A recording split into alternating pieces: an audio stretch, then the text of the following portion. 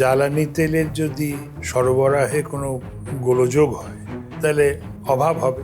শিক্ষিত বেকারের থেকে আমার ভয় বেশি হচ্ছে অশিক্ষিত বেকারের। শিক্ষাই বলো, স্বাস্থ্যই বলো, পরিকাঠামো বলো, এখনো মাইলস টু গো।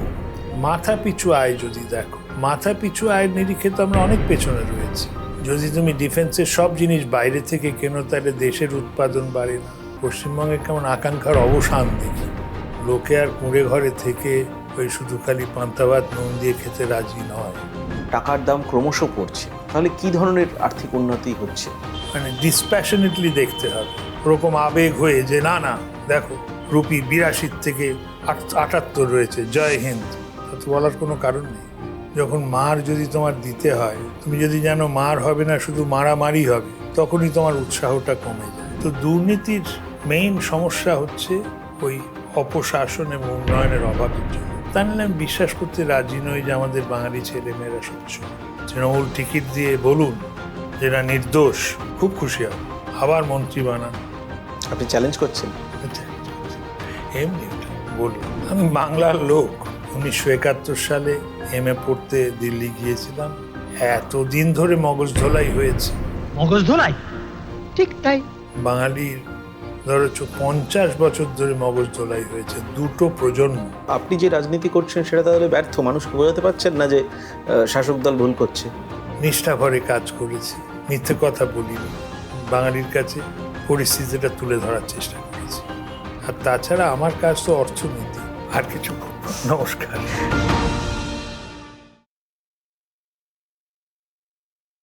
ভারতের অর্থনৈতিক নীতি নির্ধারণে দীর্ঘদিন কাজ করা এক বিশিষ্ট অর্থনীতিবিদ, যিনি কাজ করেছেন দেশের 3 জন প্রধানমন্ত্রীর সঙ্গে। আজকের অতিথি অশোক লাহিড়ী, যিনি ভারতের চিফ ইকোনমিক অ্যাডভাইজার হিসেবে কাজ করেছেন প্রধানমন্ত্রী অটল বিহারী বাজপেয়ী এবং পরে মনমোহন সিংয়ের সঙ্গে। এরপর নরেন্দ্র মোদীর আমলে তিনি ভারতের 15তম ফিনান্স কমিশনের সদস্য হিসেবেও গুরুত্বপূর্ণ ভূমিকা পালন করেছেন। IMF, ওয়ার্ল্ড ব্যাংক এবং এশিয়ান ডেভেলপমেন্ট ব্যাংকের মতো আন্তর্জাতিক প্রতিষ্ঠানে কাজ করার অভিজ্ঞতা নিয়ে আজ তিনি পশ্চিমবঙ্গের বালুরঘাটের ভারতীয় জনতা পার্টির বিধায়ক।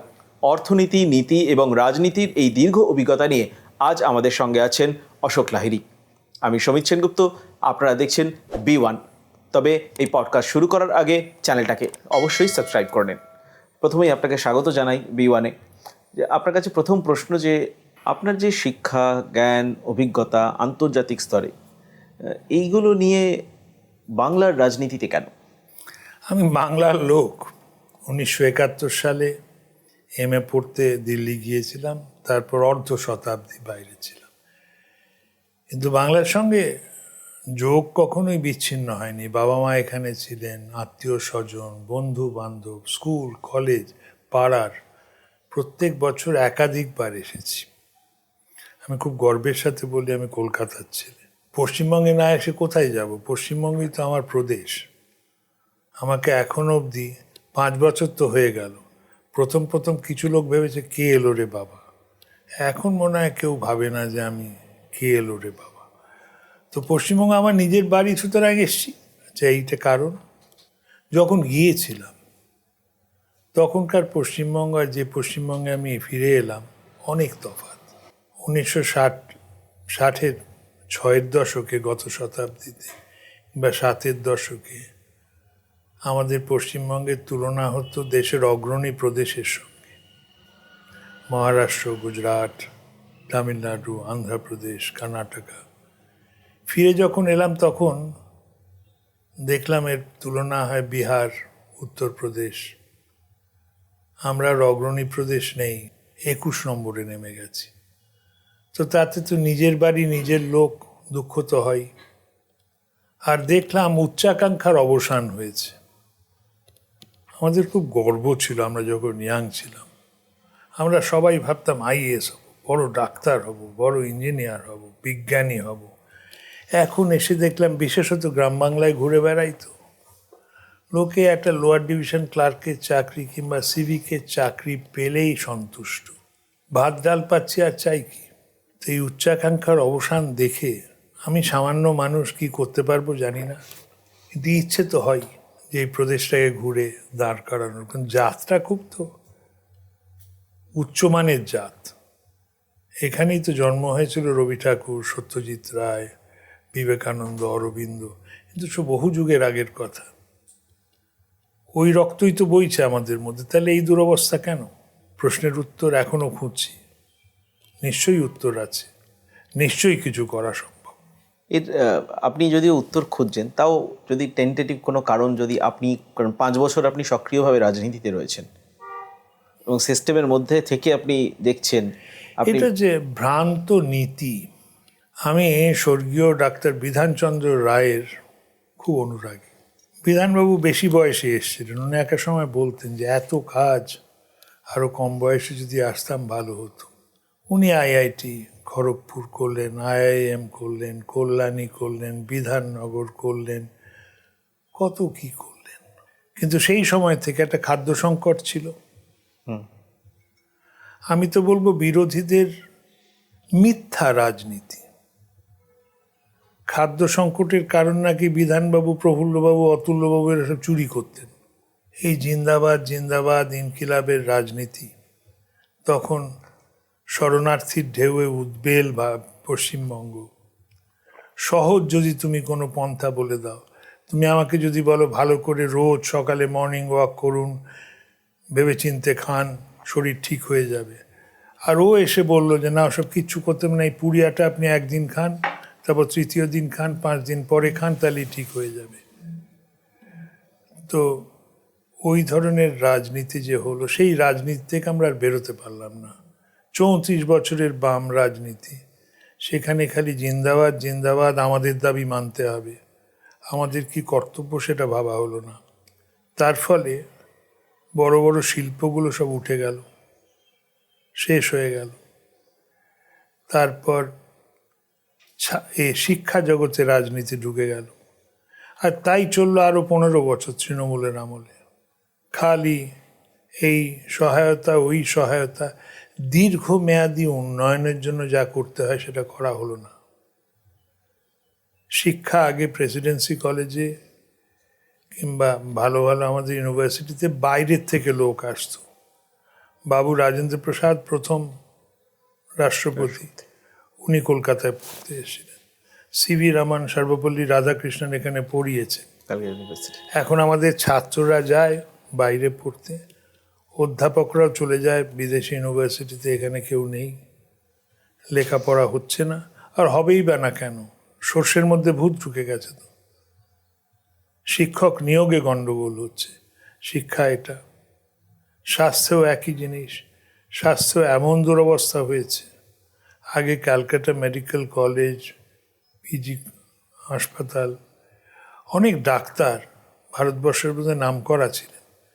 এখন তো আমি দেখি, এটা নয়, পরিসংখ্যানে নয়, হাওড়া স্টেশন কিংবা শিয়ালদা স্টেশনে গেলে দেখবে লোক যাচ্ছে, হায়দ্রাবাদ যাচ্ছে, চেন্নাই যাচ্ছে, ভেলোর যাচ্ছে, এমনকি ভুবনেশ্বর যাচ্ছে চিকিৎসা করাতে। তো শিক্ষা, স্বাস্থ্য, পরিকাঠামো, বন্দর ভাবো। তুমি যদি ভারতবর্ষের উপকূলবর্তী রাজ্যগুলো দেখো, সেই গুজরাট থেকে শুরু করে গুজরাট, মহারাষ্ট্র, কর্ণাটকা, গোয়া, কেরালা, তারপর তামিলনাড়ু, অন্ধ্রপ্রদেশ, উড়িষ্যা, সব জায়গায় একটা গভীর সমুদ্র বন্দর আছে। তোমার বন্দরটা কি? তোমার বন্দর হচ্ছে সেই ইস্ট ইন্ডিয়া কোম্পানির জব চাণকের আমলের হুগলি নদীর ওপর কলকাতা বন্দর, যেখানে বড় জাহাজ আর আসতেই পারে না। সেখানে তো অভিযোগ করা হয় যে কেন্দ্র সরকার ড্রেজিং করাচ্ছে না। তুমি একটা বলতে পারো পৃথিবীতে কোন নদীর ওপর বড় বন্দর আছে? এখন যে সুপার ট্যাঙ্কারগুলো হয়, নদীর ওপর হয় না। আর এই যে বলে না ড্রেজিং করাচ্ছে না, আমি রাজনৈতিক কথায় চলে এসো, বলতে তো হবেই। আমাদের মাননীয় মুখ্যমন্ত্রীর একটা খুব ভালো কোয়ালিটি আছে, সেটা হচ্ছে হাঁসের মতো। উনি যত ময়লা জলেই নামুন, শ্বেত শুভ্র থাকেন। বন্যা হয়, 15 বছর ধরে বন্যা হচ্ছে। বন্যা হলে উনি হেলিকপ্টারে করে যে ত্রিপল দান করে তালি জল, পরিত্রাণের ব্যবস্থা করেন না। বন্যা কেন হয়েছে তাহলে কেন্দ্র সরকারের ওপর দায় চাপান, এমনকি ভুটানের ওপর দায় চাপিয়ে দেন। ওর কোনো দায়িত্বই নেই। তুমি জিজ্ঞেস করো তো ওকে তৃণমূল কিছু একটা জিনিস বলো তো যেটা তোমরা ভুল করেছিলে, কোনো ভুল ওরা করেন না। কি বলবো? তাহলে তো আপনি যে রাজনীতি করছেন সেটা তাহলে ব্যর্থ, মানুষকে বোঝাতে পারছেন না যে শাসক দল ভুল করছে। দেখো, পারছি কি পারছি না, 26-এর নির্বাচন তো আসছে, তাতে একটা পাওয়া যাবে, একটা রিয়াকশন পাওয়া যাবে, দেখা যাক। আর এতদিন ধরে মগজ ধোলাই হয়েছে বাঙালির, ধরো 50 বছর ধরে মগজ ধোলাই হয়েছে, দুটো প্রজন্ম, এর একটা প্রভাব হবে না? এরাও তো সব গুণী ব্যক্তি, এরাও তো মগজ ধোলাইটা ভালো করে করেছেন। সেই মগজ ধোলাই আবার ঠিক করে করা, কিন্তু বাঙালির ওপর আমার আস্থা আছে। বাঙালি বুদ্ধিমান জাতি, বুঝে গেছে। 34 বছরের পরে তো বামকেও পাল্টেছিল, তখনও তো মনে হয়েছিল যে না আর কিছু হবে না, পাল্টেছিল তো। কিন্তু এই বাঙালির বুদ্ধির উপর ভিত্তি করেই তো আপনি রাজনীতি শুরু করলেন, 5 বছর হয়ে গেল কিন্তু ক্ষমতায় গেলেন না। আর 5 বছরে তো বাবু, 5 বছরে ক্ষমতায় আসা একটাই তো নির্বাচন হয়েছে, 2021। তারপর তো আর নির্বাচন না, হয়নি। এই 21-এর কথাই তা বলছি। এই পরীক্ষা তো 5 বছর পরে পরে হয়। একবার ফেল করে গেলে 5 বছর একই ক্লাসে থাকতে হয়। তো একই ক্লাসে আছি আমি এখনো অবধি, মনে হয় নিষ্ঠা ভরে কাজ করেছি, মিথ্যে কথা বলিনি, বাঙালির কাছে পরিস্থিতিটা তুলে ধরার চেষ্টা করেছি। আর যেহেতু আমার নিজের লোক, এদের বিদ্যা বুদ্ধিতে আমার বিশ্বাস আছে। সাময়িকভাবে ভ্রান্তি হতে পারে, সব সময়ের জন্য নয়।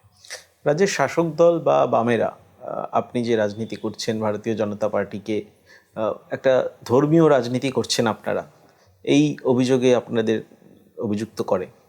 আপনার কি বক্তব্য? আমি জানি না তুমি কতটা আমাকে চেনো বা জানো, আমি কোনো ধর্মীয় কথা কখনো বলেছি বলে মনে হয় না। না। তুমি যদি আমায় জিজ্ঞেস করো আপনি কি ধর্মে বিশ্বাস করেন, হ্যাঁ আমি হিন্দু, আমি নিষ্ঠাবান হিন্দু, সে সম্বন্ধে কোনো সন্দেহ। আমি মনে করি আমার হিন্দু হিসেবে সবচেয়ে বড় হচ্ছে আমি উদার মনোবামপন্থী। আমার কোনো কিছুতে অসুবিধে নেই। তুমি হরি হরি হরি বল করতে থাকো, তাতেও আপত্তি নেই। তুমি কালী পুজো করে পাঁঠা বলি দাও, তাতেও আপত্তি নেই। তুমি নির্গুণ ব্রহ্মের উপাসনা করো, তাতেও আমার আপত্তি নেই। তা আমার যে হিন্দুত্ব সেটা হচ্ছে উদারপন্থী, সব কিছু মেনে নিয়ে, সেটি আমার গর্ব যে আমি অত নই। আর আমার হচ্ছে আমি কোনো ধর্মের বিরোধী নই, খালি তবে এ কথাও সত্যি, আমার ধর্মকে যদি কেউ আক্রমণ করে, তুমি আমার বাড়িতে এসে আক্রমণ করবে না, কিন্তু আমি তোমার বাড়িতে যদি আক্রমণ করি তুমি প্রতিরক্ষা করবে না। আমার সেইটা হচ্ছে নীতি। আর তাছাড়া আমার কাজ তো অর্থনীতি। আমার মনে হয় মার্কস সাহেবই বলতো না যে ধর্ম, এটা আমি বিশ্বাস করি না, ধর্ম একটা আফিম। তো শিক্ষা স্বাস্থ্য উন্নয়ন হলেই দেখা যায় উন্নয়নের সাথে সাথে ধর্মের প্রভাব বাড়িতে ঢুকে যায়, সমষ্টিগত ধর্ম আর থাকে না। যেমন পশ্চিমে যদি দেখো, আমেরিকানরা কি খ্রিশ্চান না? খ্রিশ্চান না, আমার না খ্রিশ্চান। ওরা চার্চে না যেতে পারে কিন্তু বিশ্বাস করে ওই খ্রিস্ট ধর্মে। সেরকম তোমার দাদু যতবার মন্দিরে যেতেন তুমি ততবার যাও না, তা বলে কি তুমি অহিন্দু হয়ে গেছো? না, মোটেই নয়। Personalize religion. তো ধর্ম সম্বন্ধে এইটি আমার বক্তব্য, যে ধর্মটা আমার মেইন নয়, আমার মেইন হচ্ছে ইকোনমিক্স, অর্থনৈতিক উন্নয়ন। কিন্তু আপনি যে দল করেন, দলের একাধিক নেতা তাদের বিভিন্ন রকম বক্তব্য, যেটা ধর্মীয় রাজনীতিকে উস্কানি দেয় বলে অভিযোগ করা হয় শাসক দলের তরফ থেকে বা বামেদের তরফ থেকে, তাদেরকে সমর্থন করেন? এটা বলো অটল বিহারী বাজপেয়ীর হিন্দুত্বকে মানবে না একটা ছোটখাটো আমার মতো নেতার হিন্দুত্বকে মানবে? কিরকম অটল বিহারী বাজপেয়ীর হিন্দু? অটল বিহারী বাজপেয়ীর মুখে শুনেছো কোনো দিন উনি হিন্দুরা অ্যাট্যাক্ট হলে বলতেন? কিন্তু কোনো ধর্মকে করতে দেখেছো, আক্রমণ করতে দেখেছো? একটা পেয়েছো যে এই সংখ্যালঘুদের মারো, বলেছো কোনো দিন? কোনো দিন বলেনি। তো শুধু তুমি আমার দলের কিছু নেতাদের দোষ দিচ্ছ। শাসক দলের লোকেরা কি করছে না তুষ্টিকরণের রাজনীতি? সেটা কি সম্পূর্ণ মিথ্যা? কালকেই তো ওই একটা কি সংখ্যা দেখলাম, রিসার্চের ওপর যা খরচা হচ্ছে কত 80 কোটি টাকা না এরকম 100 কোটি টাকার মতো, আর সেখানে মাদ্রাসার ওপর কত খরচ হচ্ছে। মাদ্রাসায় আমার কোনো আপত্তি নেই, তুমি গীতা পড়ো, কোরআন পড়ো, বাইবেল পড়ো, খুব ভালো। কিন্তু আমার সংখ্যালঘু বাচ্চা ছেলে মেয়েগুলোকে তো ফিজিক্সও শেখাতে হবে, কেমিস্ট্রিও শেখাতে হবে।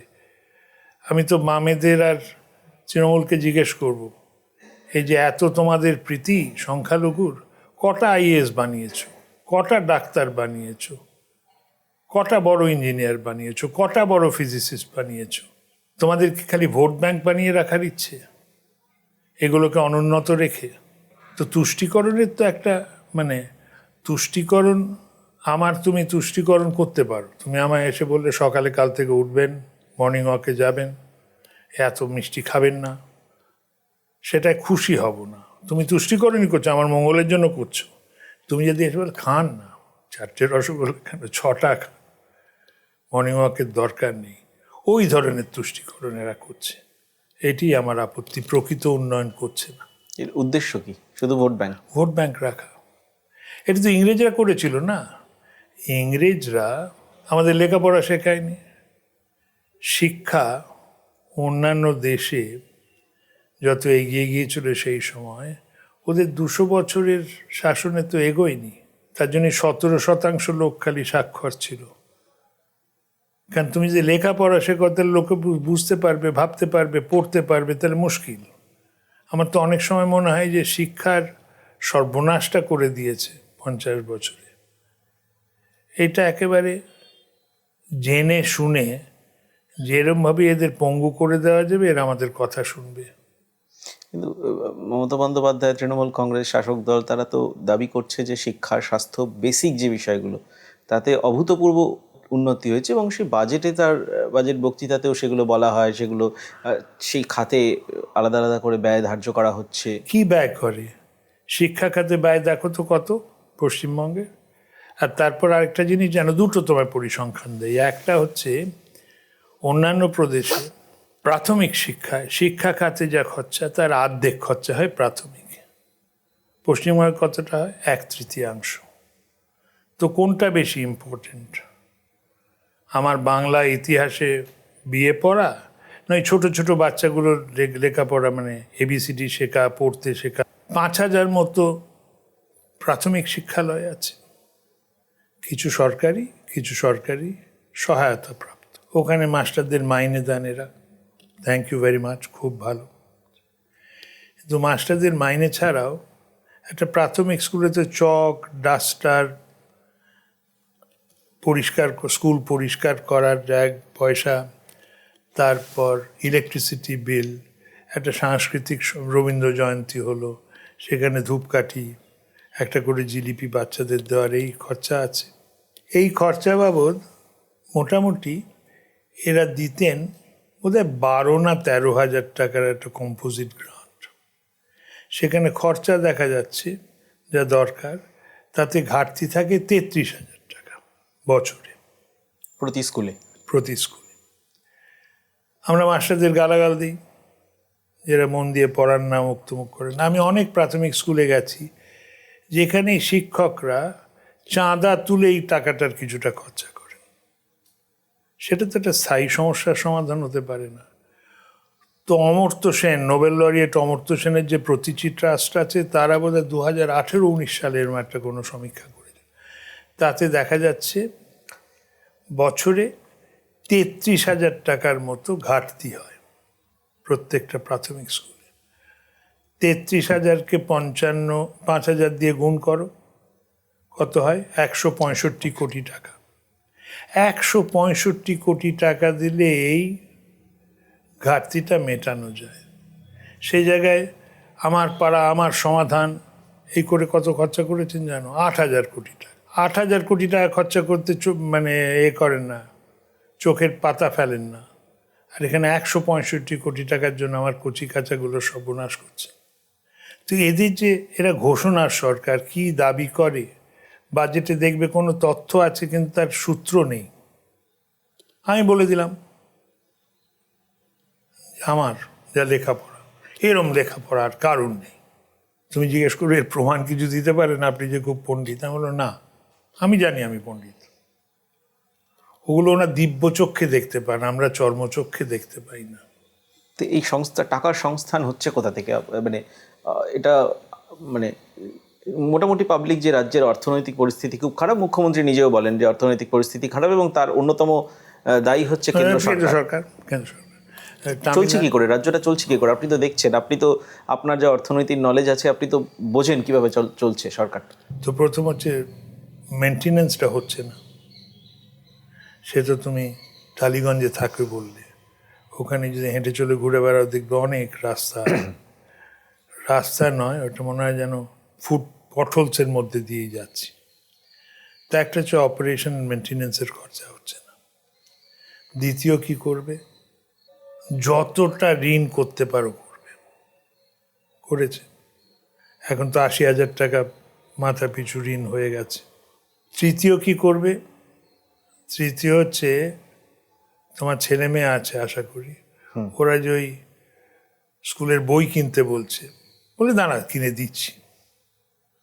তো প্রয়োজনীয় খরচা কমিয়ে দেবে। তোমার ছেলে মেয়ে কি চেঁচাবে, ওরা তো বাচ্চা, ওরা তো, আমি আপত্তি করতে পারি যে সমীর তুমি ছেলে মেয়ের বই কিনে দাওনি কেন, ওরা তো কিছু বলবে না। চতুর্থ কি হবে, মুদির দোকানে গিয়ে বকেয়া রাখবে, মহার্ঘ ভাতা দিতে পারছে না, যে এরা রয়েছে কি বলে যোগানদার যারা রয়েছে ঠিকাদার, তাদের পয়সা সময় মতো দিতে পারছে না। আর আরেকটা হচ্ছে বাজেটারি যে নিয়ম কানুন আছে সেগুলো মানবেন না। কেন বলছি এ কথা, সংবিধান অনুযায়ী তুমি সরকার, তুমি পয়সা খরচা করতে পারো, কিন্তু যে পয়সা খরচা করবে সেটা একটা বাজেট পেশ করবে, সেটা বিধানসভা অনুমোদন করবে, তারপর তুমি খরচা করবে। তেমন হতেই পারে বাজেটে যা দিয়েছিলে সেটার থেকে পাল্টে গেছে, তাতে কি হয়, তাতে তুমি revise demand for grants, supplementary demand for grants বলে না না না, ওই বলেছিলাম চাল কিনবো 100 টাকার, আর 125 টাকা লেগেছে, হয়ে গেল। এরা যেটা করছেন, ওই সাপ্লিমেন্টারি ডিমান্ড ফর গ্রান্টসের পরেও ঘোষণা করে দিচ্ছেন। এই তো মুখ্যমন্ত্রী ঘোষণা করলেন এতে বেকার ভাতা, বাজেটের পরে। তো কোথার থেকে আসবে এই টাকাটা? উনি আশা করছেন যে উনি নির্বাচন জিতবেন, পরের বছর যে বাজেটটা আসবে ফুল বাজেট, তাতে এক্সেস এক্সপেন্ডিচার বলে উনি লাগিয়ে দেবেন। তো এক্সেস এক্সপেন্ডিচার তুমিও খেয়াল করো না, আমিও খেয়াল করি না, হয়ে গেল, প্রত্যেক বছর হচ্ছে। সিএজির রিপোর্ট নেই, সিএজির রিপোর্ট এলে ওরা পেশ করছেন না, পেশ করলেও পিএসসিটাকে এমন বানিয়েছেন, পিএসসি কিছু চেঁচামেচি করে না, কিছু বলে না, রাত্রিরে নিশীথে নীরবে এইসব হয়ে যাচ্ছে, কিন্তু বেশি দিন তো চলে না। কিন্তু জনগণের জন্যই তো করছেন, এই যে ভাতা দেওয়া বিভিন্ন বিভিন্ন সেক্টরে, লক্ষ্মী ভাণ্ডার, যুবসাথী, কন্যাশ্রী, এগুলো তো জনগণের জন্যই করছেন, এতে আপত্তি কোথায়? আপত্তি তো কিছু নেই, নিয়মকানুন তো মানতে হবে, নিয়মকানুন মেনে করতে হবে, এইটা একটা।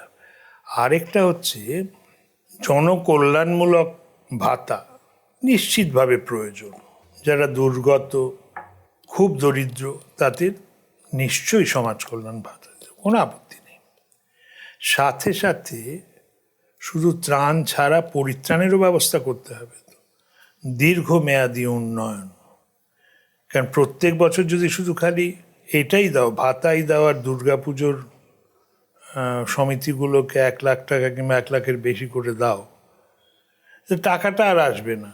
তো দীর্ঘমেয়াদী উন্নয়নের জন্য হচ্ছে মূলধনী খাতে ব্যয় দরকার, ক্যাপিটাল অ্যাকাউন্টে। তো পশ্চিমবঙ্গের ওদের নিজেদের সরকারেরই fiscal responsibility and budget management act আছে, সেইটা অনুযায়ী ওদের ফিসক্যাল ডেফিসিট 3%, জিএসডিপি 3%-এর বেশি হতে পারবে। এবছর দেখলাম ওদের রাজস্ব খাতে যে ঘাটতি, রেভিনিউ ডেফিসিট, ওইটাই বোধ হয় 2.03% জিএসডিপি। 3.03% বাদ দাও, কত থাকলো? 0.97। 1%। 1%। ওই 1% কম আছে, খালি ওইটুকুই আছে সেচ, রাস্তাঘাট, মূলধনী খাতে ব্যয়ের উপর জন্য। উড়িষ্যা আমাদের থেকে এগিয়ে গেছে মাথা পিছু আয় 2018-19 সাল থেকে, আর এখনও এগিয়ে আছে। 18-19 না, 21-22 থেকে ওরকম সময়। উড়িষ্যার মূলধনী খাতে ব্যয় কত? জিএসডিপি 6%, আমাদের 6 গুণ। এবার আর আশ্চর্য হবে যেখানে সেচ নেই, রাস্তা নেই, কিচ্ছু নেই। আমার বক্তব্য, জনকল্যাণমূলক ভাতা রাখো, কিন্তু ভারসাম্য রাখো। দীর্ঘমেয়াদী উন্নয়নের কথা ভুলো না। এই ভারসাম্যটাই হারিয়ে ফেলেছে। দুর্নীতি বাড়ে অপশাসনে। ইয়াং ছেলে ছোকরা, ছুরি, এরা দেখছে পড়াশোনা করলাম, পাশ করলাম, চাকরি তো নেই, কর্মসংস্থানের কোনো ব্যবস্থা নেই। সেখানে কোনো দাদা, শাসক দলের কোনো দাদার সঙ্গে যদি লেগে যেতে পারি, চুরি করে 2 পয়সা হবে। তো যেহেতু চাকরি, কর্মসংস্থান, উন্নয়ন নেই, সেহেতু ছেলেরা কুপথে যাচ্ছে। আর কুপথে যখন যাচ্ছে তখন উন্নয়ন আরও পিছিয়ে যাচ্ছে, দুর্নীতি আরও বাড়ছে। তো দুর্নীতির মেইন সমস্যা হচ্ছে ওই অপশাসন এবং উন্নয়নের অভাবের জন্য। তা নাহলে আমি বিশ্বাস করতে রাজি নই যে আমাদের বাঙালি ছেলেমেয়েরা সব চোর। এরা তো মানে এই দুর্নীতির করতে গিয়েই তো শিক্ষায় এত বড় দুর্নীতি, মন্ত্রী জেলে গেলেন, এতগুলো ছেলেমেয়েরা তারা টাকা দিয়ে চাকরি কিনতে গেল, তার সঙ্গে আরও লক্ষ লক্ষ ছেলেমেয়েরা তাদের ভবিষ্যৎ অন্ধকার হয়ে যাচ্ছে। উন্নয়ন হলো না, অপশাসন হলো, দুর্নীতি বাড়লো, অপশাসন আরও বাড়লো, উন্নয়নের অভাব আরও বাড়লো, আরও দুর্নীতিগ্রস্ত হয়ে গেল। প্রথম তুমি চোর ছিলে না, প্রথম আমি চোর হয়েছিলাম। তারপর তুমি কিছুদিন অপেক্ষা করলে, চেষ্টা করলে সৎ থেকে ভালো করে করতে, তারপর তুমিও পথে চলে এলে। এটা মানে একেবারে উই পোকার মতো। এই পার্থ চট্টোপাধ্যায়, জ্যোতিপ্রিয় মল্লিক, অনুব্রত মণ্ডল, এগুলো এরই ফসলেরই। এরা আমার সহকর্মী ছিলেন বিধানসভায়। তুমি চাইছো আমি এদের সম্বন্ধে কোনো কুকথা বলি? আমি বলবো না, আমি সেটা বলছি না, একেবারেই বলছি। বিচারাধীন। ওরা যদি নিরপরাধী হন, আমি একেবারে চাইবো না। শুধু ছাড়া পান তাই নয়, তৃণমূল ওদের টিকিট দিন, তৃণমূল টিকিট দিয়ে বলুন যেটা নির্দোষ, খুব খুশি হব। আবার মন্ত্রী বানান। আপনি চ্যালেঞ্জ করছেন? চ্যালেঞ্জ করছি না, এমনি এটা বললাম। আমার সহকর্মী ছিল, এদের আমি চিনি সবাইকে। পার্থ চট্টোপাধ্যায় কি আলাদা করে কোনো কিছু বলবেন? না, পার্থ কি বলবো এদের সব, এরা বিচারাধীন এখনো, সাবজুডিস। কে জানে, হয়তো শেষে এরম বেরোবে যে এদের মধ্যে কিছু কিছু মহাত্মা রয়েছেন যারা, যেমন কংসের জেলে ছিল না, কংসের কারাগারে ছিল না কৃষ্ণের বাবা মা, সেরকমও হয়ে থাকতে পারে। দেখা যাক কি হয়। এখানে কংসকে, কৃষ্ণকে। আর কিছু বলবো। নমস্কার। বর্তমানে যা পরিস্থিতি, বর্তমানে যা একদিকে মন্দার আশঙ্কা তৈরি হয়েছে, একটা যুদ্ধ পরিস্থিতি রয়েছে, তার উপর জ্বালানি তেলের দাম বৃদ্ধি, এই সব মিলিয়ে ভারত কি কোনো রকম, ভারতে থাকা বা ভারতীয়দের কি কোনো আশঙ্কার কারণ আছে মূল্যবৃদ্ধি বা এই ধরনের বিষয়গুলো? অর্থনৈতিক পরিস্থিতি খারাপ হতে পারে। অস্বীকার করার তো উপায় নেই, কারণ যেখানে গণ্ডগোল হচ্ছে, ওই গালফ অফ হরমুজ, মধ্যপ্রাচ্যে, সেখান থেকেই পৃথিবীর অনেকটা জ্বালানি তেল ওখান থেকে আসে।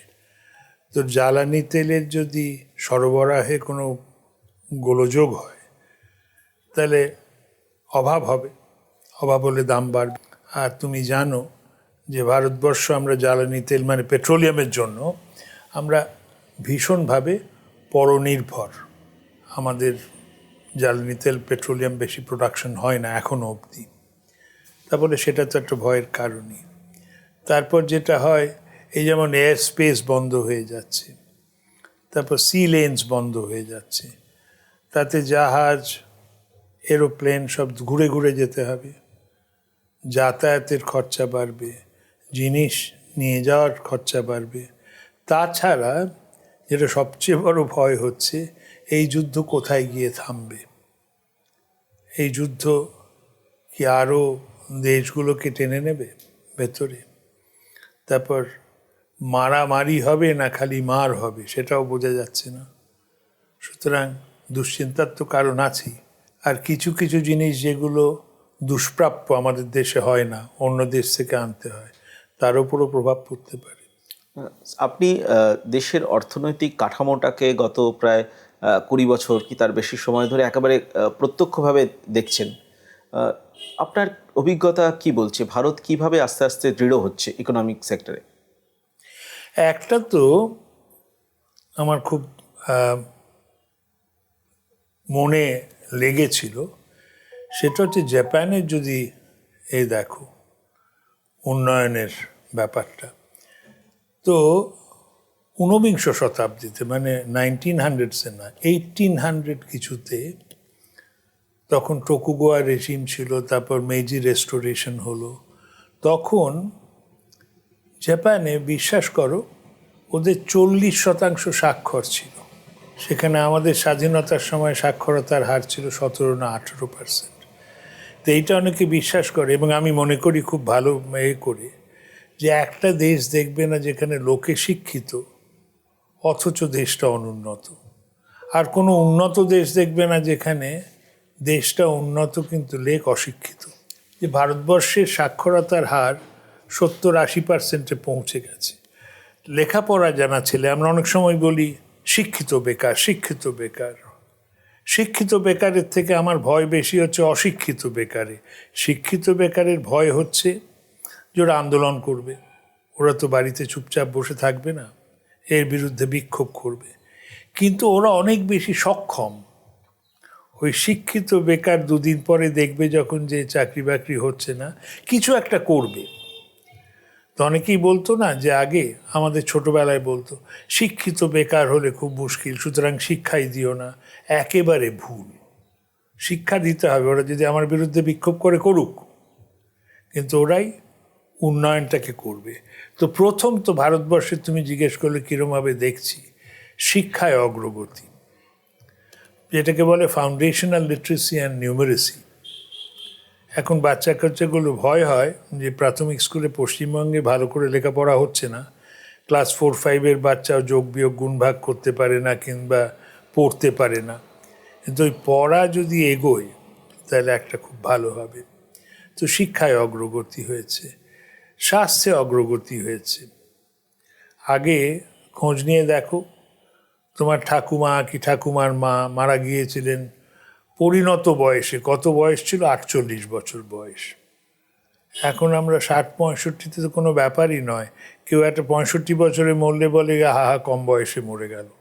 আচ্ছা, পেনশনারের সংখ্যা বাড়ছে কারণ বেঁচে থাকছি। শিক্ষা স্বাস্থ্যই উন্নতি হয়েছে, পরিকাঠামোই উন্নতি হয়েছে। কোথায় ছিল ন্যাশনাল হাইওয়ে?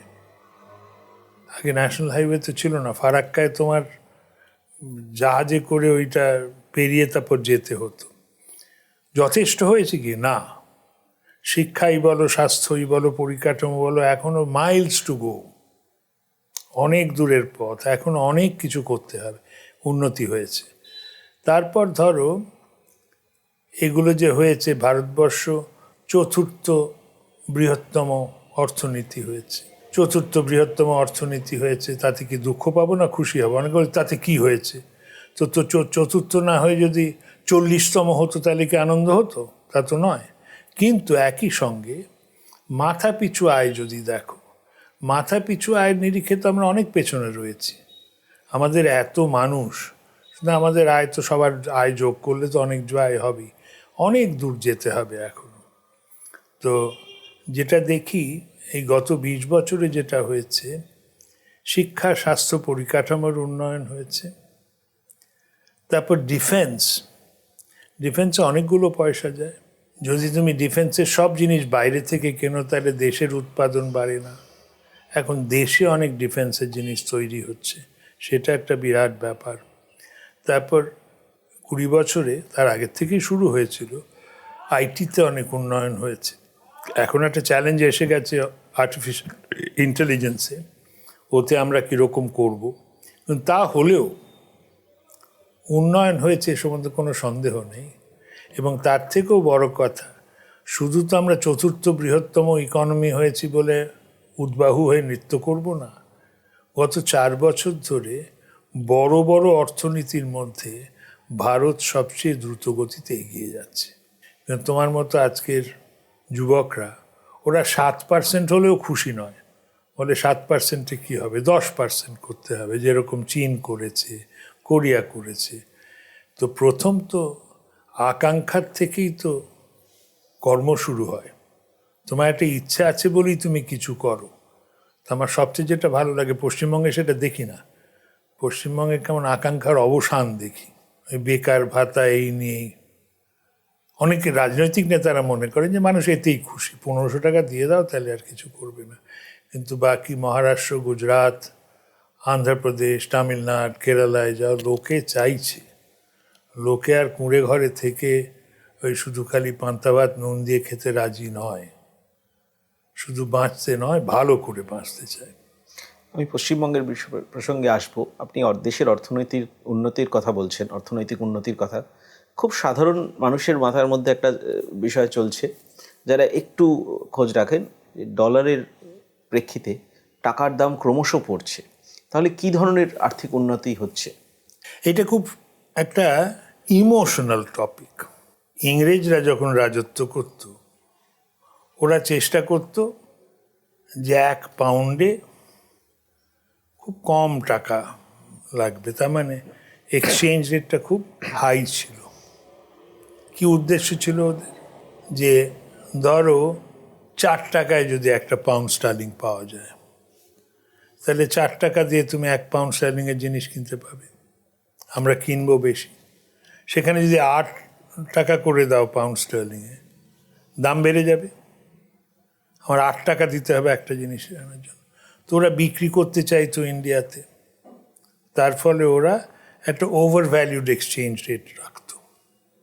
আর তখনই দাদা ভাই নওরোজি, আর.সি. দত্ত এরা সমস্ত পরে আন্দোলন মানে বিক্ষোভ করতো যে কেন রেখেছো এরমভাবে, রুপির রেটটা ডিপ্রিশিয়েট করো, নাহলে আমাদের রপ্তানি হবে কি করে।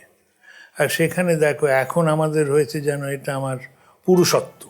ডলারের রেট কি, সেটা আমাদের সম্মানের ব্যাপার। ডলারের রেটটা তো, কিংবা রুপির রেটটা, যেমন আলু, পটল, বেগুন, মূলোর রেট যেরকম হয়, আমাদের আলুর যোগান যদি বেড়ে যায় আলুর দাম কমবে, আলুর যোগান যদি কম থাকে তাহলে আলুর দাম বাড়বে। তা আমরা যদি রপ্তানির থেকে আমদানি বেশি করি তাহলে রুপি ডিপ্রিশিয়েট করবে, কারণ আমাদের আরও প্রতিযোগী হতে হবে বাইরের বাজারে।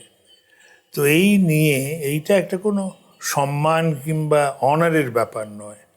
এক্সচেঞ্জ রেটটা খুব ঠান্ডা মাথায় বিচার করে যে আমাদের প্রতিযোগী হতে হলে বিদেশের বাজারে কি করা উচিত। তো সেখানে দেখবে অর্থশাস্ত্রীরা বেশিরভাগই বলে ওই 2-4 টাকা কমলে বাড়লে কিছু চিন্তার কারণ নেই, ওইটা বাজারের ব্যাপার। এখনও তো আমাদের আমদানি রপ্তানির থেকে অনেক বেশি, তার ফলে আমাদের ডলারের অভাব হয়। ক্যাপিটাল অ্যাকাউন্টে কিছু ডলার আসে, তাতে বাঁচোয়া। কিন্তু আমাদের তো রপ্তানি বাড়াতে হবে। রপ্তানি যদি বাড়াতে হয় তাহলে এক্সচেঞ্জ রেটটাকে তো খুব মানে ডিসপ্যাশনেটলি দেখতে হবে। ওরকম আবেগ হয়ে যে না না দেখো রুপি 82 থেকে 78 রয়েছে, জয় হিন্দ, তা তো বলার কোনো কারণ নেই। কিন্তু এটা সম্ভব কি করে, কীভাবে সম্ভব হবে? সম্ভব হচ্ছে, ধরো অলরেডি এক্সপোর্টস বেড়েছে, এক্সপোর্টস অনেক বেড়েছে। তাছাড়া এক্সপোর্টস বাড়ানোর জন্য শুধু দামটা নয়, গুণমান, জিনিসের গুণমান। চীনের কত জিনিস, তুমি আমেরিকার বাজারে যাও দেখবে হাতুড়ি কিনলেও দেখবে চীনে তৈরি। আমাদের সেটা তো এখনো হয়নি, সেটা একটা। আর দ্বিতীয় হচ্ছে যে শিল্পায়নের জন্য যেটা দরকার সেটা হচ্ছে শিল্প বান্ধব পরিবেশ, ইজ অফ ডুইং বিজনেস। সেটা তো পশ্চিমবঙ্গেই দেখছো নেই, তার জন্য কোনো বিনিয়োগ আসছে না। বিজিবিএসে খুব খোল করতাল বাজছে, বিনিয়োগপতিদের এনে রসগোল্লা খাওয়ানো হচ্ছে, তারপর দেখা যাচ্ছে কিছুই আসেনি। আর এক্সিকিউশন খুব ইম্পর্ট্যান্ট। তোমার প্রজেক্ট যেগুলো হচ্ছে সেগুলো তাড়াতাড়ি শেষ করা। উদাহরণ দিই, চিংড়ি ঘাটায় মেট্রোর বোধহয় 8টা পিলার বন্ধ আছে। এত বিনিয়োগ, কয়েকশো কোটি টাকা দিয়ে এটা বানানো হয়েছে। ওই 8টা পিলার যোগ করলে মানুষের কত পরিষেবা হয় না, মাসের পর মাস পড়ে আছে। তো ভারতবর্ষের অন্যান্য প্রদেশে যেগুলো হয়েছে এক্সিকিউশন অনেক ফাস্টার হয়েছে। তো তুমি যদি পরিকাঠামো বাড়াতে চাও রপ্তানি বাড়ানোর জন্য, রপ্তানি বাড়াতে গেলে ধরো তুমি যদি মালদার আম পাঠাতে চাও, আমটাকে তোমার মালদার থেকে এখানে আনতে হবে, তারপর এখানের উড়োজাহাজে করে পাঠাতে হবে কোনো বিদেশের জায়গায়। ওই মালদার থেকে আম আসতে যদি একদিন পুরো লেগে যায় তাহলেই তো আমের কোয়ালিটি নষ্ট হবে। তো পরিকাঠামো তৈরি করতে গেলে প্রথম পরিকাঠামোর বরাদ্দ বাড়াতে হবে। বর্তমানে চীন এবং আমেরিকার যে ইকোনমিক পলিসি, ভারতের সঙ্গে তাদের যা সম্পর্ক, এর নিরিখে ভারতকে আপনি কিভাবে দেখছেন? চীন আর মার্কিন যুক্তরাষ্ট্রের যে সম্পর্ক অতি জটিল সম্পর্ক। ওই জটিল সম্পর্কে কি হবে বলা বড় মুশকিল। তো আমি তো কূটনৈতিক বিশেষজ্ঞ নই, তবে আমার কেমন মনে হয় যে এটার মীমাংসা হবে। তুমি যদি জিজ্ঞেস করো এটা কি 1 বছরে হবে, 1 মাসে হবে, না 10 বছর লাগবে, জানি না। তো হবে তো বটেই, কারণ আমেরিকারও প্রয়োজন চীনকে, চীনেরও প্রয়োজন আমেরিকাকে। চীনের সঙ্গে আমেরিকার যে ট্যারিফ লড়াই এবং নানা রকম লড়াই, এই লড়াই এটা ব্রিঙ্কম্যানশিপের লড়াই। ব্রিঙ্কম্যানশিপ মানে দুদলই ভয় দেখাচ্ছে, মারবো কিন্তু মারবো কিন্তু, কিন্তু মারছে তো না। কারণ জানে যখন মার যদি তোমার দিতে হয়, তুমি যদি জানো মার হবে না, শুধু মারামারি হবে, তখনই তোমার উৎসাহটা কমে যায়। তো এখানে এইটুকুই বলতে পারি, এতে তো বিশদভাবে কিছু বলা খুব মুশকিল, কারণ কোথায় কি নেগোসিয়েশন হচ্ছে, আমাদের বিদেশ মন্ত্রণালয়ের যারা আমলা এবং মন্ত্রী আছেন তারা কিভাবে এটা চালাচ্ছেন সেটা আমি বলতে পারবো না। তবে আমার মনে হয় এতদিন ধরে যা চলছে দেখে আমার প্রত্যয় হয় যে আমরা জাহাজটাকে ঠিক করেই চালাবো। এক একটা গোলাগুলি লাগতে পারে এদিক ওদিক, কিন্তু মোটামুটি মন্দ হবে না। ভারতের সঙ্গে আমেরিকার ট্যারিফ ওয়ার যখন শুরু হলো, একটার পর একটা চাপাতে শুরু করলো, ট্যারিফ চাপাতে শুরু করলো, সেই সময় হঠাৎ করে চীনের সঙ্গে অনেকগুলো ইকোনমিক ব্যবসায়িক চুক্তি করলো ভারত, খুব ক্রিটিক্যাল বিষয়গুলো। তারপর আবার ট্রাম্প কিছুটা নমনীয় হলো। কিভাবে এই বিষয়গুলো মানে সাধারণ ভারতবাসী কিভাবে দেখবে, বা আদৌ কোনো রকম প্রভাবিত করে কিনা? কারণ চীনের সঙ্গে মানে চীন তো বরাবরই ভারতের একটা থ্রেট হিসেবে যারা প্রতিরক্ষা বিশেষজ্ঞরা আছে তারা বলছেন, কিন্তু অর্থনৈতিক ক্ষেত্রে কিভাবে দেখছেন? আমার মনে হয় চীনের সঙ্গে আমাদের সম্পর্কের একটা তফাৎ হয়েছে। সেটা হচ্ছে, আমি যদি জানি যে তোমাকে দুটো চড়থাপ্পড় মারলে তুমি কিছু করবে না, তোমার করার ক্ষমতা নেই, তুমি মাথা নিচু করে বেরিয়ে যাবে, তাইলে আমার একরকম ব্যবহার হবে। আর যদি জানি না, একটা চড় হয়তো ও খাবে, দ্বিতীয় চড়টা মারলে ও মারামারি করতে শুরু করবে। 62-র পরে তো কোনো বৃহৎ যুদ্ধ চীনের সঙ্গে হয়নি, কারণ চীন বুঝেছে এই ভারতবর্ষ 62-র ভারতবর্ষ নয়। এখন যেটা হয়, যখন একটা পাওয়ার ব্যালেন্সে একটা ভারসাম্য আসে তখনই লড়াই হয় না। এটার সবচেয়ে ভালো উদাহরণ হচ্ছে যে হিরোশিমা নাগাসাকির পর আর কোথাও আণবিক বোমা ব্যবহার হয়নি, কারণ তোমার কাছে একটা ছুরি আছে, তুমি আমাকে ভয় দেখাও মাঝে মধ্যে, মারতেও চাও, তুমি যেই জানবে আমার কাছে একটা লাঠি আছে ভালো, তখনই তোমার উৎসাহ কমে যাবে। সুতরাং আণবিক ক্ষমতা থাকার ফলে শান্তি বজায় থাকছে না শান্তি বিঘ্নিত হচ্ছে, এটা একটা মস্ত বড় প্রশ্ন। তো চীনের সঙ্গে আমার ধারণা, আমরা যদি আমাদের অ্যালার্টনেস, সতর্কতা মেনটেন করি, যুদ্ধ হবে না। যুদ্ধের হতে পারে, দামামা বাঁচতে পারে, যুদ্ধ হবে না। কারণ চীনের আরেকটা সমস্যা আছে।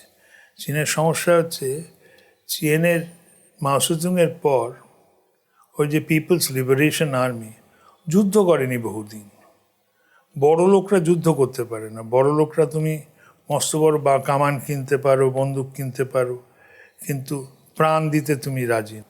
আমেরিকা তো যুদ্ধ করছে। আমেরিকা তো আকাশ থেকে যুদ্ধ করছে, মাটিতে তো না। There no boots on the ground. বড় লোকের ছেলেদের প্রাণের মূল্য অনেক, তো আকাশ থেকে যুদ্ধ হবে, এ হবে না। যাই হোক, তুমি যেটা বললে চীনের সঙ্গে বাণিজ্যিকেতে কি আপত্তি? বাণিজ্যিকে একটু খেয়াল রাখতে হবে যে ওরা এখানে আমাদের মোবাইল বিক্রি করে দিল, সেখানে মোবাইলে চিপস রয়েছে যাতে ওরা সব শুনতে পায় আমি তোমার সঙ্গে কি কথা বলছি, সেগুলো সম্বন্ধে সতর্ক থাকতে পারে। কিন্তু ওরা যদি আমাদের নুডলস পাঠাতে চায়, এখানে আমরা নুডলস বানাই, ধর আমি নুডলস বহুদিন কিনিনি, নুডলস এখানে যদি 20 টাকা প্যাকেট হয়, ওরা যদি 15 টাকা করে বিক্রি করতে রাজি থাকে, তা আমরা সস্তায় নুডলস খাবো না কেন? যে জিনিস আমরা অন্য দেশ থেকে আনি একটা দামে, চীনের কাছ থেকে যদি তার থেকে গুণমান বেশি এবং সস্তা কিছু হয়, নিতেই পারি। তারপর চীন এখানে যদি বিনিয়োগ করতে চায়, আমি তো সেই অবধি যাব, চীন যদি বিনিয়োগ করতে চায় এবং তাতে কোনো সুরক্ষার উপর থ্রেট না থাকে, তাহলে হোক না, সেটি করলে কি আপত্তি? চীন এখানে যদি ফ্যাক্টরি বানাতে চায়, ডিফেন্সটা তুমি কম্প্রোমাইজ করবে না, তাতে ওরা টেকনোলজি আনছে, টাকা আনছে, করে ফ্যাক্টরি বানাচ্ছে, আমি তো বলবো বানাও, কোনো অসুবিধে নেই। সেরকম একই সঙ্গে চীন আর মার্কিন যুক্তরাষ্ট্রকে তো একসঙ্গে দেখার আমাদের দরকার নেই। আমরা ওদের সঙ্গেও ব্যবসা করবো, এদের সঙ্গেও ব্যবসা করবো। আমাদের হচ্ছে আমাদের নিজেদের কোনটায় উন্নতি হবে সেটা দেখা। কিন্তু আমেরিকা তো সেই যে জায়গায় আপনি বলছেন যে আমদানি ভারতের বেশি, রফতানি কম, ওই রফতানির জায়গাতেই তো আমেরিকা আঘাত করছে। আমেরিকায় কিন্তু আমাদের রপ্তানি বেশি, আমদানি কম। ওদের তো সেটি, ট্রাম্প সাহেবের তো সেটি আপত্তি। উনি একেবারেই ভুল কথা বলছেন। তাহলে উনি বলেন তোমরা এত রপ্তানি করো, আমদানি তো কিছু করো না। আরে আমাদের জিনিস সস্তা তাই তোমরা কেন, আমাদের গুণমান ভালো, তোমাদের যে জিনিস সেগুলোর দাম বেশি তাই আমরা কিনি না। আমাদের ক্ষমতাও কম, আমাদের পক্ষে তো, সবার পক্ষে তো আর ওয়াশিং মেশিন কিংবা বড় বড় গাড়ি কেনা সম্ভব নয়। সেই জন্য তো ট্রাম্পের যেটা হচ্ছে, এটা তো ব্রিঙ্কম্যানশিপ। ও তো একটা দেশের সঙ্গে করছে না, সব দেশের সঙ্গে একই, মানে সেই ভয় দেখিয়ে ট্যারিফ লাগিয়ে দিচ্ছে। এটা কোথায় যাবে, কিভাবে বন্ধ হবে? বন্ধ তো হবেই, কারণ পুরো WTO একটা আন্তর্জাতিক যে রপ্তানি আমদানি হয় সেটা নিয়ম মেনে চলতো। WTOটাকে তো প্রায় শেষ করে দিয়েছেন ট্রাম্প সাহেব, খুবই দুঃখের কথা। ইউএনটাকে শেষ করে দিয়েছেন উনি। আন্তর্জাতিক জগতে কোনো আইন কানুন মানতেই রাজি নন, ওর কথাই শেষ কথা। এ তো মানা একটু মুশকিল না অন্যান্য দেশের পক্ষে? স্যার, যে সময় ট্রাম্প একটার পর একটা ট্যারিফ বাড়িয়ে যাচ্ছিল ভারতের ওপরে, সেই সময় ব্রিক্স সামিট হলো, সেখানে কিছু চুক্তি হলো, সেখানে কিছু আলোচনা হলো, সেগুলো নিয়ে একটা তোলপাড় চলছে এবং বারে বারে একটা আশঙ্কা করা হচ্ছে এই বাণিজ্যিক ক্ষেত্রে আমেরিকার সঙ্গে ভারতের সম্পর্ক খারাপ হতে পারে, রাশিয়ার সঙ্গে সম্পর্ক ভালো হচ্ছে, চীনের সঙ্গে সম্পর্ক ভালো হচ্ছে, এই বিষয়টা একটু বলবেন? এইগুলো দেখো, আমার একটা বিশেষজ্ঞ নই, সুতরাং বলাটা অনধিকার চর্চা হবে। গোটাটাই তো অর্থনীতির অর্থনৈতিক এটা যেটা, কিন্তু এইটা তো ডিপ্লোম্যাটিক পলিসি। এইটাই হচ্ছে ব্রিক্স যদি করতে চায়, ইউর সঙ্গে একই। আমেরিকা ওইটাও পছন্দ করে না। আমেরিকার পছন্দ হচ্ছে আমেরিকা না, আমেরিকার আমি খুব গুণগ্রাহী। ট্রাম্প সাহেব এক অদ্ভুত, সেটা হচ্ছে আমেরিকা আমেরিকা আমেরিকা। সারা পৃথিবী তোর মাথা নত করে থাকবে না, কিছুদিন থাকতে পারে, বেশি দিন থাকবে না। আচ্ছা, এইটা বলুন, ডলার আর এই ব্রিক্স কারেন্সি নিয়ে যে আলোচনা চলছে, এটা ধরো সিনোরাজ বলে একটা কথা আছে। সিনোরাজ কথাটা কি? তুমি একটা রূপোর দলা আমাকে দিলে, ওই রূপোর দলার কত ওজন, ওর মধ্যে কত খাদ আছে আমি তো জানি না। তা আগের যুগে, তোমার দাদুর দাদুর দাদুর যুগে, ওকে যদি আমার দাদুর দাদুর একটা রূপোর দলা দিত, তো ওই রূপোর মোহর তৈরি হতো, তাতে কিছু ভালো নাম করা ব্যবসায়ীদের দেওয়া হতো আর রাজা বাদশাহেরা ছাপাতো। তোতে তোর 10 গ্রাম রূপোর ওপর একটা ছাপ লাগানো হতো, যেটা দেখে বোঝা যেত যে এটা বল্লাল সেনের রূপোর মুদ্রা, তুমি নিয়ে নিতে কোনো আপত্তি করতে না।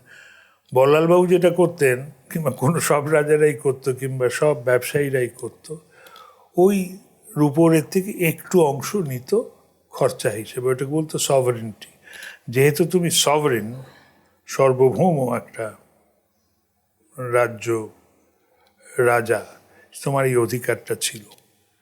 তা এখন আজকের যুগে আসো, তুমি বিক্রি করলে, তুমি অনেক খেটে খুটে চাল ডাল বানিয়ে আমেরিকাকে বিক্রি করলে, কি পেলে? ডলার। তুমি যদি নাইজেরিয়াকে ওটা পাঠাও নাইজেরিয়ান কারেন্সি দিলে, না এটা নেব না, তো ডলার দিলে তুমি রাজি হয়ে যাবে। ডলার তো একটা কাগজের টুকরো, ছাপাতে কত পয়সা লাগে। তো তুমি যে এই চাল ডাল পাঠালে আর এই কাগজটা নিলে, আমেরিকা ইফেক্টিভলি কি পেল? একটা ধার পেয়ে গেল বিনা সুদে। তো এই যে একটা প্রিভিলেজ, যেটা আমেরিকা এতদিন ধরে এ করছে। আগে ইংরেজরা ছিল, পাউন্ড স্টার্লিং ছিল একটা রিজার্ভ কারেন্সি, ডয়েশ মার্ক জার্মানির সময় ছিল, এখনও একটু একটু ইউরো এখন আছে। তো সব দেশই চেষ্টা করে যে আমার যে কারেন্সি সেটা গ্রহণ করো। এখন ইউয়ান মানে চীনেরটাও হচ্ছে। তো আমেরিকার যে এই dollar as a reserve currency, BRICS ভেবেছিল যে ওরাও একটা তার চালু করবে। আমেরিকা খুশি হবে না তাতে, ওদের যেই সাংঘাতিক ক্ষমতা, সারা পৃথিবীতে ওদের ডলার চলে, সেখানে যদি প্রতিযোগী এসে যায় তাহলেই মুশকিল হবে। তাতে ট্রাম্প সাহেব আবার আইন কানুন না মেনে বললেন, না, এ করলে আমি তোমাদের শাস্তি দেব। একটা কারেন্সির রিজার্ভ কারেন্সি বলে এটা, যে কোনো কেউ ওটা রাজি আছে ওটা নিতে, ওটা রাখতে কোনো আপত্তি নেই। তোমায় তো অজানা অচেনা তোমায় টানজানিয়ান কারেন্সি একটা তোমায় দেই, তুমি তো পরের দিনে গিয়ে ব্যাংকে গিয়ে ওইটা ডলার বানিয়ে নেবে, কিংবা রুপি বানিয়ে নেবে। কিন্তু ডলার থাকলে তুমি বলবে, না ঠিক আছে, ডলার আছে। এই কারেন্সি কি করে তৈরি হবে, মানে গ্রহণযোগ্য হবে, সময় লাগে। ধরো ডলারেরও হতে কত সময় লেগেছে, দ্বিতীয় বিশ্বযুদ্ধের পরে ডলার মোটামুটি বাড়লো। একসময় তো রুপি, আমাদের রুপি যেটা মধ্যপ্রাচ্যে মানে মিডল ইস্ট, ওটা চালু ছিল, ওইটি কারেন্সি ছিল। তো এটা নির্ভর করে তুমি কতটা নির্ভরযোগ্য। রুপির রেট যদি ঠিক থাকে, লোকে যদি জানে রুপির দাম কমবে না বাড়বে না, তাহলে লোকে রাখবে। তো কদিনে হবে কি হবে, কালকে হবে না, পরশু হবে কি, পরশু হয়তো হবে না, হবে তো এক সময় বটে, কোনোটাই নয়, অমর নয়। সুতরাং ডলারের রাজত্ব এক সময় শেষ হবে। আপনি অটল বিহারী বাজপেয়ীর সময় আপনি দেশের অর্থনৈতিক উপদেষ্টা হয়েছিলেন, তারপরে মনমোহন সিংয়ের মতো ইকোনমিস্টের সঙ্গেও আপনি কন্টিনিউ করেছেন, আবার নরেন্দ্র মোদীর সঙ্গেও আপনি কাজ করেছেন 15 পে কমিশনে। মানে একজন, মানে নর্মালি আমরা যেটা দেখি যে এই পর্যায় পর্যন্ত পৌঁছানো বা এই জায়গায় গিয়ে কাজ করা, প্রধানমন্ত্রীর সঙ্গে কাজ করা, তাকে একটা সরকারকে উপদেশ দেওয়া, তার পেছনে হয়তো একটা কোনো রাজনৈতিক অ্যাফিলিয়েশন কিছু থাকে। আপনার কি সেরকম কিছু আগে থেকেই ছিল যে বাজপেয়ীর সঙ্গেও কাজ করেছেন? এটা কীভাবে সম্ভব হলো? একদমই ছিল না। এটা ধরো ডাক্তার, তুমি একটা ডাক্তারের কাছে যাচ্ছ, ডাক্তার কি তোমার পার্টি দেখবে? তোমার ব্লাড টেস্টের রিপোর্ট যা তাই তো বলবে। তা আমি যখন আমলা ছিলাম কিংবা অর্থনৈতিক করতাম, তখন ছিলাম আমি ডাক্তার, তখন তো পার্টি দেখার কোনো নয়। একটা নির্বাচন কি দেখতাম না, রাজনীতি কি দেখতাম না, দেখতাম, কিন্তু কোনোভাবে রাজনৈতিকভাবে আমি ইনফ্লুয়েন্স ছিলাম না। এমন কোনো ঘটনা মনে পড়ে, এমন কোনো নীতি যেটাতে আপনাকে খুব প্রেস করেছেন এই দুই প্রধানমন্ত্রী? 3 জনের কথাই বলছি। না, ওটা মোটামুটি স্নেহ করতেন সবাই, খুব মধুর সম্পর্ক ছিল। বাজপেয়ী স্পেশালি, বাজপেয়ী কবি ছিলেন তো। বাজপেয়ীর আমি ভয়ঙ্কর অনুরাগী। যখন কথা বলতেন তখন মনে হতো কবিতা বলছে। আর যেটা বললাম, এখন অবধি দেখিনি উনি কোনো অন্যায় কথা বলেছেন। উনি রাজধর্মে বিশ্বাসী ছিলেন। রাজধর্ম খুব কঠিন ধর্ম। রাজধর্মের আমার কেমন মনে হয়, যারা রাজধর্মে বিশ্বাস করে তাদের কাছে মুকুটটা কাঁটার মুকুট। আমরা দেখছি বাহ, কি সুন্দর বাড়িতে কিরম খানা পিনা হচ্ছে, গাড়ি করে ঘুরছে, মাথায় যে কি ঘটছে সে কেউ বোঝে না। আপনি রাজধর্মের কথা বললেন, যে ওই সময় যখন গুজরাতে দাঙ্গা হয়েছিল এবং সেই সময় এই রাজধর্ম নিয়ে অটল বিহারী বাজপেয়ীর একটা প্রেস কনফারেন্সের বিখ্যাত তার একটা স্টেটমেন্ট, যে রাজধর্ম পালন করতে হবে সরকারের প্রধানকে।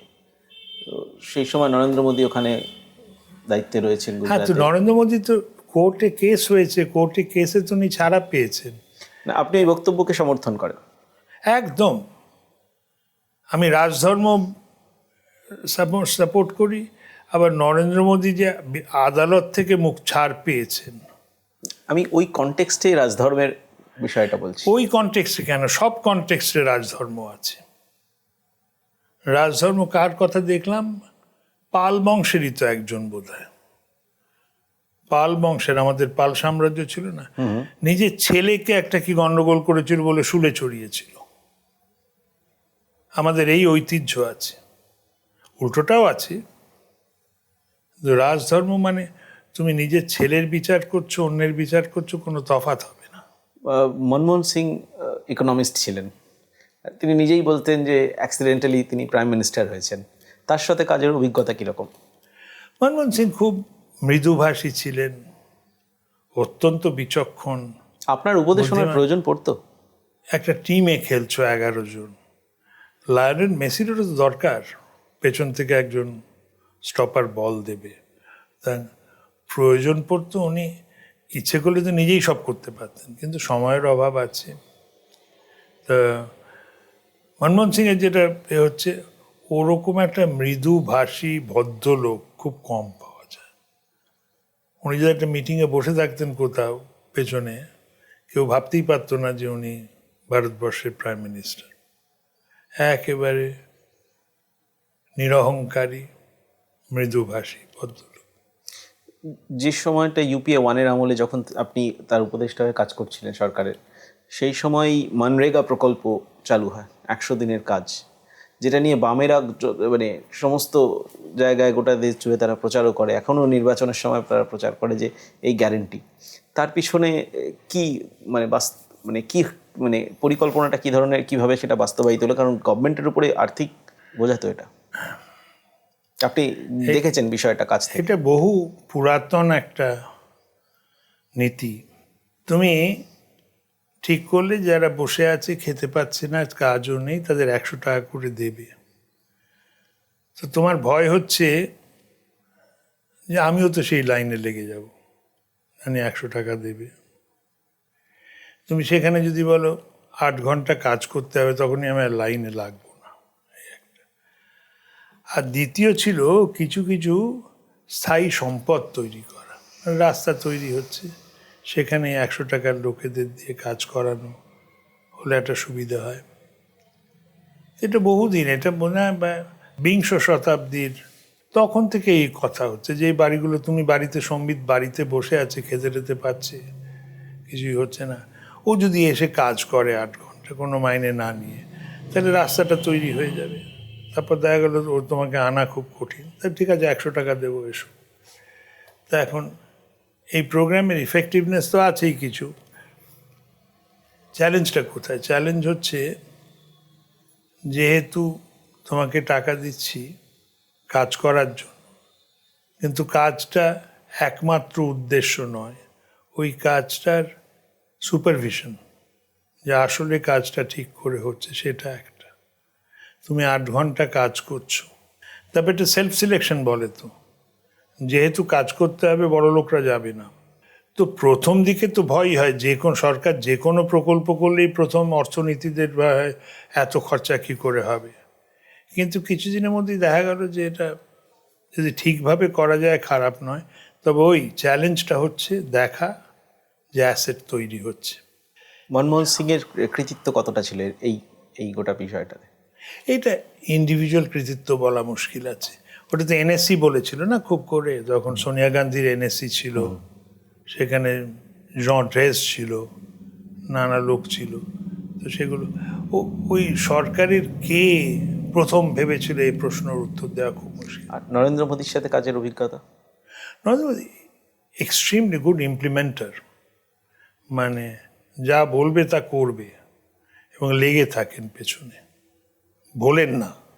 যেটা হয় আমাদের রাজনৈতিক নেতাদের, বলে দিলেন একটা কিছু, তারপর দেখা যাবে কি হলো কি না হলো। মোদি উইল ফলো আপ ওই দিক থেকে, অ্যাডমায়ার করেন। কারণ ভালো এক্সিকিউশনার। আপনার রাজনীতিতে আসা কি নরেন্দ্র মোদীকে দেখে, মানে বিজেপিতে আসা? ভেবেছিলাম বামেরা যাওয়ার পর মমতা এসে কোনো চেঞ্জ হবে, যখন পরিবর্তন এলো না, তখন দেখলাম বিজেপি। আর বিজেপি যদি তুমি নীতি পড়ো, আপত্তির কোনো কারণ নেই। শ্যামাপ্রসাদ মুখার্জির বানানো পার্টি। তুমি ধর্মের কথা বললে, শ্যামাপ্রসাদ বাবু হিন্দু মহাসভায় না গিয়ে ভারতীয় জনতা পার্টি বানিয়েছিলেন, কারণ হিন্দু মহাসভায় হিন্দু ছাড়া মেম্বার হতে পারতো না। শ্যামাপ্রসাদ বাবুর জনসংঘে মুসলমানরাও মেম্বার হতে পারে, খ্রিস্টানরা মেম্বার হতে পারে। তো শ্যামাপ্রসাদ বাবুর অনুরাগী তো বটেই, সেটা একটা বিরাট কারণ। অনেক ধন্যবাদ, থ্যাংক ইউ। এই পডকাস্টে যদি আপনাদের ভালো লাগে তাহলে লাইক করবেন, আপনাদের মতামত কমেন্ট বক্সে জানাবেন, আর চ্যানেলটাকে অবশ্যই সাবস্ক্রাইব করবেন। নমস্কার।